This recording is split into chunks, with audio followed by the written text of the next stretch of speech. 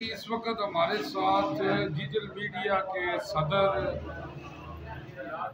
نیسو الرحمان but صاحب ہمارے ساتھ ہیں۔ جناب آئیں ان سے پوچھتے ہیں ان کے دل کی کیا آواز ہے، وہ کیا کہنا چاہتے ہیں۔ جی السلام علیکم جی بٹ صاحب۔ جی وعلیکم السلام۔ جی بٹ صاحب۔ جی بھائی جان، میں تو عوام کو یہی پیغام دینا چاہتا ہوں کہ ڈیجیٹل میڈیا ایک سوشل میڈیا پلیٹ فارم ہے جہاں ہر انسان کے جیب میں پڑا ہوتا ہے۔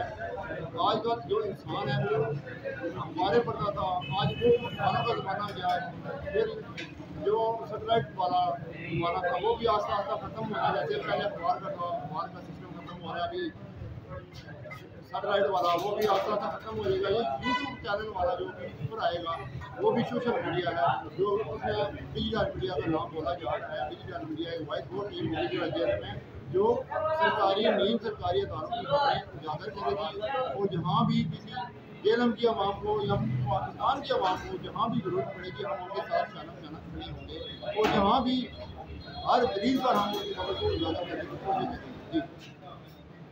جی جی جیسے جناب صدر صاحب نے کہا ہے جناب، وہ ہم بھی اس ٹیم کا حصہ ہیں جی جناب۔ جیسے آپ کو پتہ ہے میں جاوا جی جیلم سرپرستی والا ہوں ڈیجیٹل میڈیا کا، اور ہمیں اس کے لیے جو ہے نا جی ینگ لڑکے اور لڑکیوں کی ضرورت ہے، تو وہ ہم سے رابطہ کریں۔ انشاءاللہ ہم ان کو جناب جو ہے نا ہر قسم کی جو ہے نا سہولت دیں گے۔ تو صدر صاحب کو پوچھتے ہیں اس کے بارے میں۔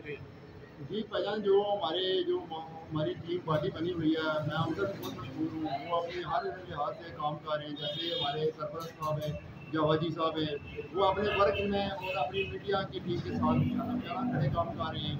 اور جو ہمارے چیئرمین صاحب ہیں ان کے پاس جو انصاف اخبار ہے ان کی ڈیلی خبریں لگ رہی ہیں، میں ان کا بھی بہت مشکور ہوں۔